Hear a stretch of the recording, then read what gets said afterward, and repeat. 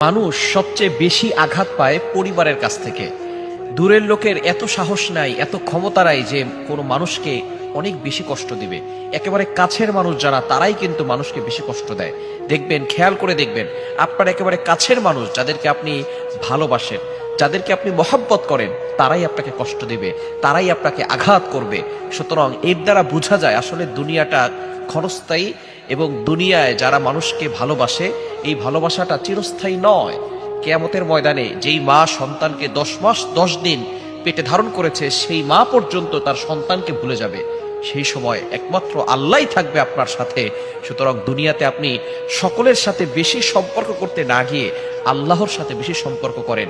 আল্লাহর সাথে সর্বপ্রথম বেশি ভালোবাসা, তারপরে বেশি সম্পর্ক তৈরি করেন, তারপরে আপনি অন্যান্য মানুষের সাথে ভালোবাসা তৈরি করেন। তাহলে দেখবেন কেউ কষ্ট দিলে আপনার বেশি আঘাত লাগবে না, কেননা আপনার সাথে একজনের সাথে বেশি সম্পর্ক আছে, তিনি হচ্ছেন আল্লাহ। তার সাথে আপনার বেশি ভালোবাসার সম্পর্ক রয়েছে। সুতরাং ওই আল্লাহর সাথে সম্পর্ক থাকলে কোনো কষ্ট আপনার কাছে কষ্ট মনে হবে না।